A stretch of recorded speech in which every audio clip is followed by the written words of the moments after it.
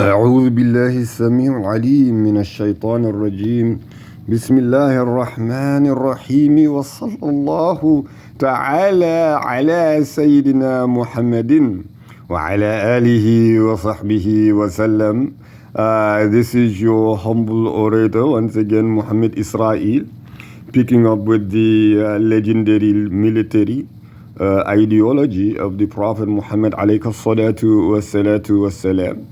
The era of Sayyidina Ali ibn Abi Talib radiyallahu anhu, after completing the legendary military nation, the legendary military empire of Rasoolu'Allahi alayhi salatu wassalam, and the era of Uthman bin Affan radiyallahu anhu, and completing the legendary military governance or government of Rasulullah alayhi salatu wassalam, the era of Sayyidina Umar ibn al-Khattab al-Faruq radiyallahu anhu. Prior to that, we did complete the legendary military legacy of the Prophet Muhammad alayhi salatu wassalam, the era of Sayyidina Abu Bakr as-Siddiq radiyallahu anhu, as well as the legendary military career of the Prophet Muhammad alayhi salatu wassalam, the era of the Madani or the Madanite period, whichever one you like to convey. Now again, we're picking up on page number 145. These are the events that led up to the Battle of Siffeen, Ma'rikat Siffeen.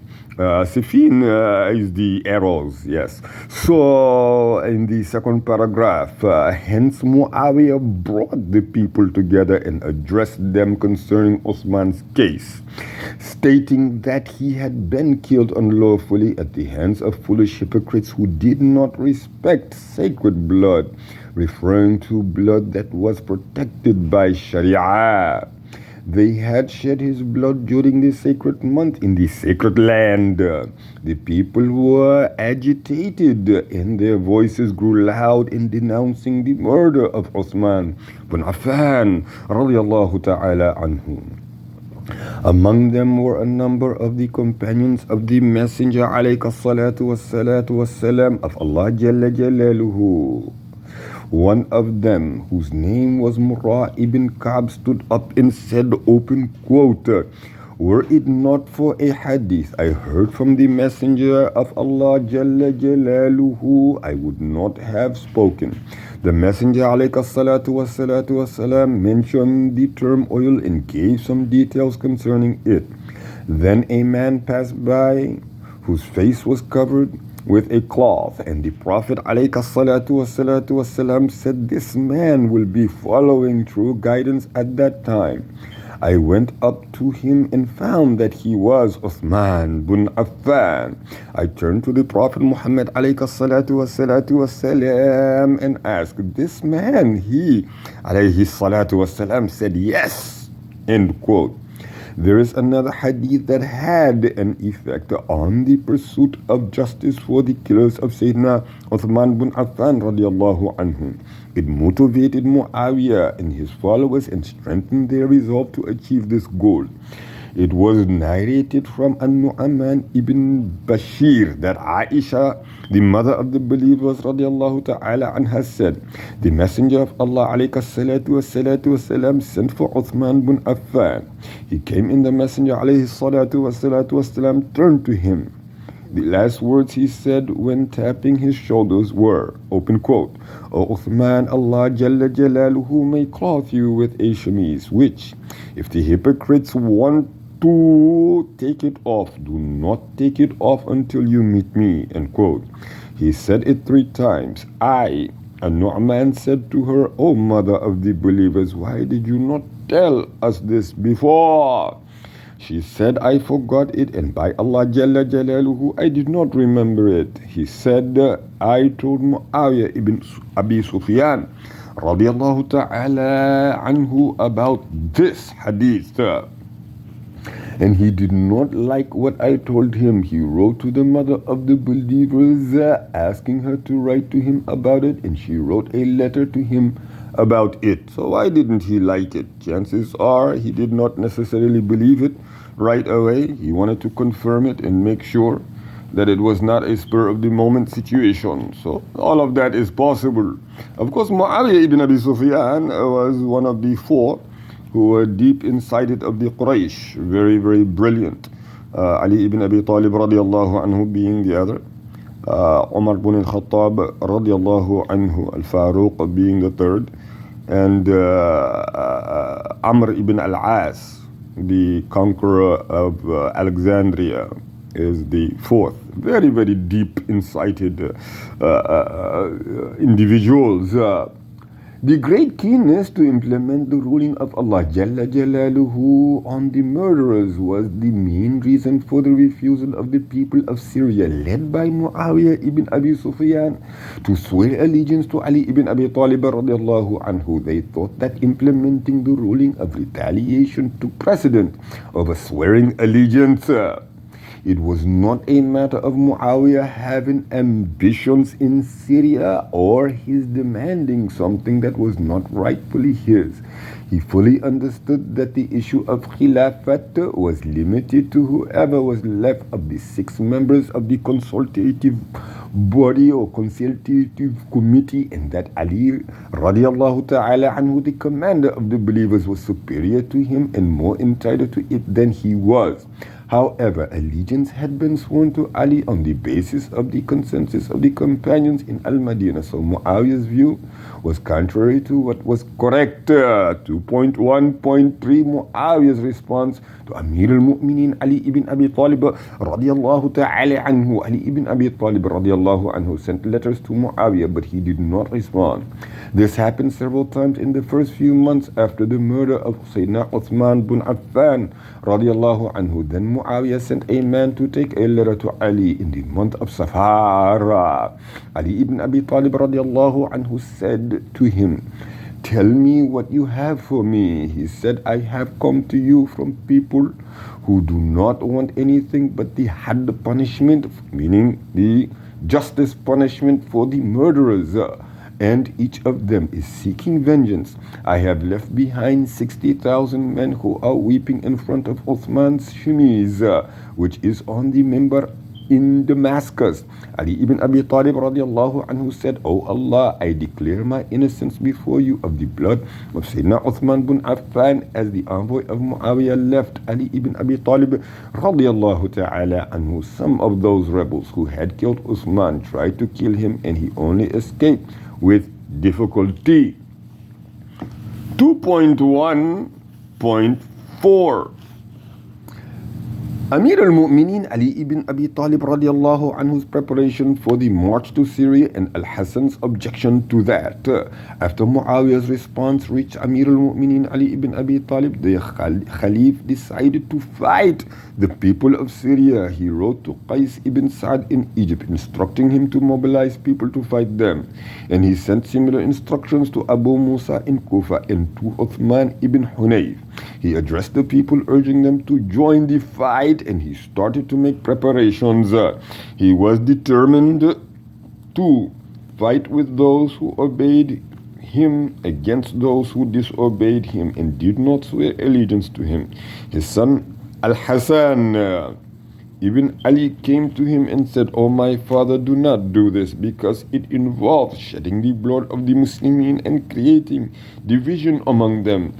Ali ibn Abi Talib radiallahu anhu did not accept that from him, though he insisted on fighting. He organized the army, giving the banner to Muhammad ibn al-Hanafiya and putting Ibn Abbas in charge of the right flank and Umar ibn Abi Salama in charge of the left.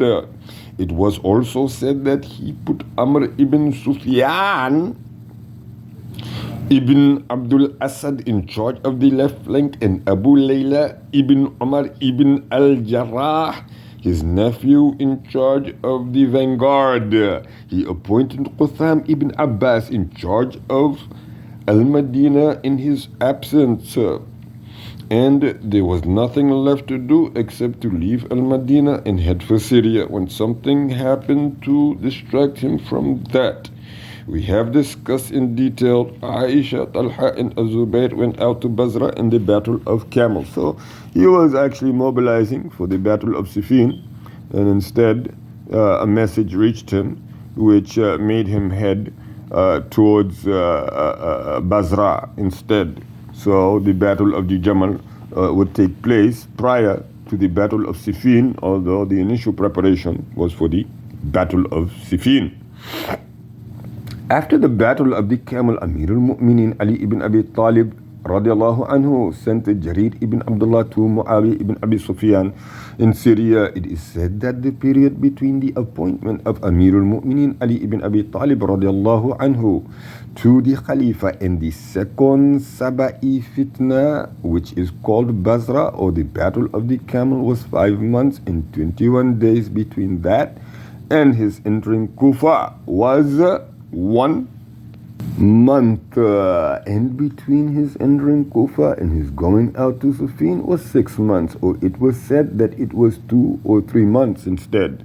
Amir al-Mu'minin Ali ibn Abi Talib radiallahu ta'ala anhu entered Kufa on Monday, 12 Rajab, 36 years after the Hijriya. It was suggested to him that he should stay in the White Palace, but he said no. Umar ibn al-Khattab radiallahu ta'ala anhu would not like to stay there, so I dislike it too, end quote.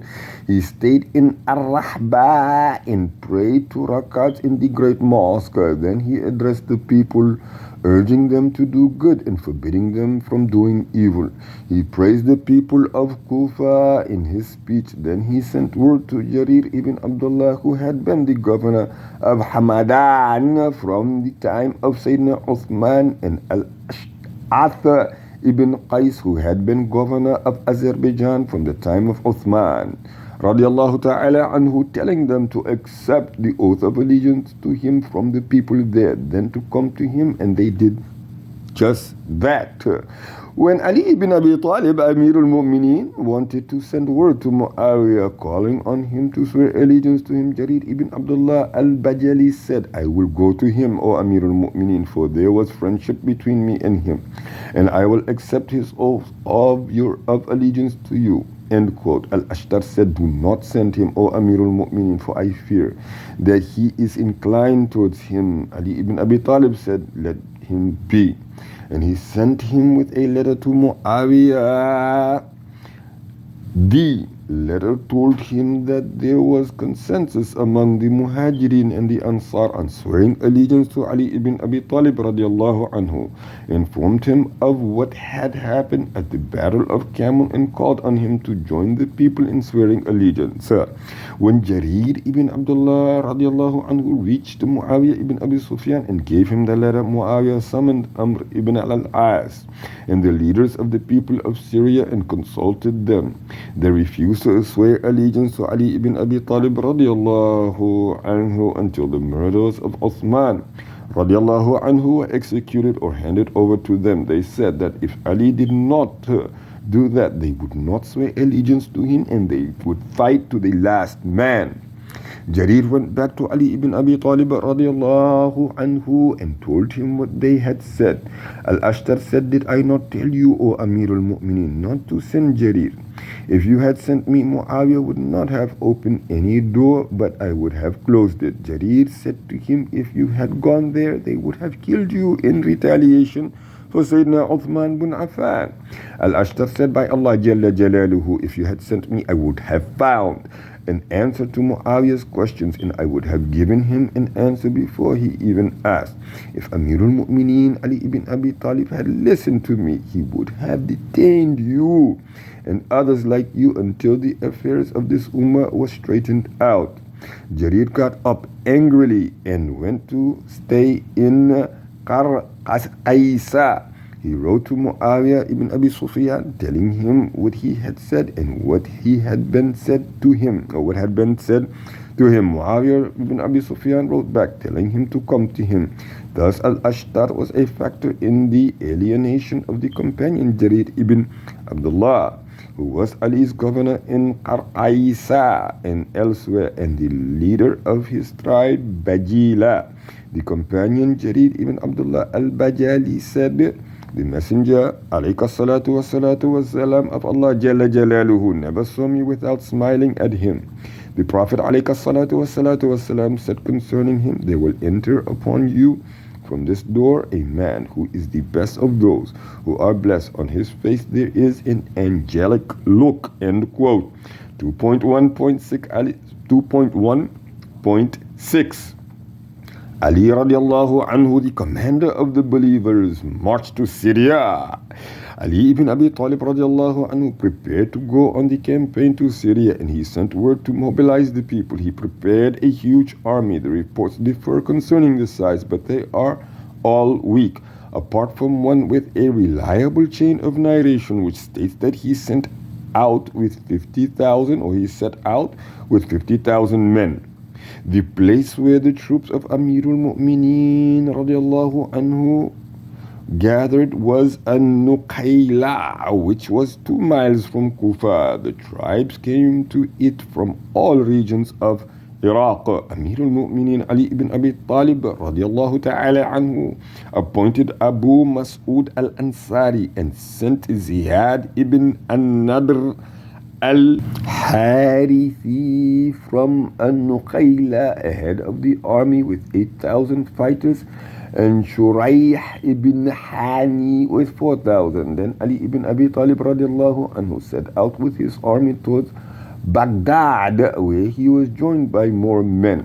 He appointed Sa'ad ibn Mas'ud al-Thaqafi in charge of them. From there he sent a detachment of 3,000 mujahideen to Mosul. Ali ibn Abi Talib radiallahu anhu traveled on the main road to Al-Jazira along the eastern bank of the Euphrates until he drew close to Qarqaisiyah. News reached him that Muawiyah had set out to meet him and was camping in Siffeen. So Ali radiallahu anhu went to Arqa, from which he crossed the Euphrates heading west and came to Siffeen. Inshallah, we will end this video 104 on page number 150 in volume 2, the legendary military ideology of the Prophet Muhammad alayhi salatu wassalam, entering now the events of the Battle of Siffeen. سبحانك اللهم وبحمدك وتبارك اسم ربك وتعالى جدك ولا إله غيرك ولا حول ولا قوة إلا بالله العلي العظيم. سبحان ربك رب العزة عما يصفون وسلام على المرسلين والحمد لله رب العالمين.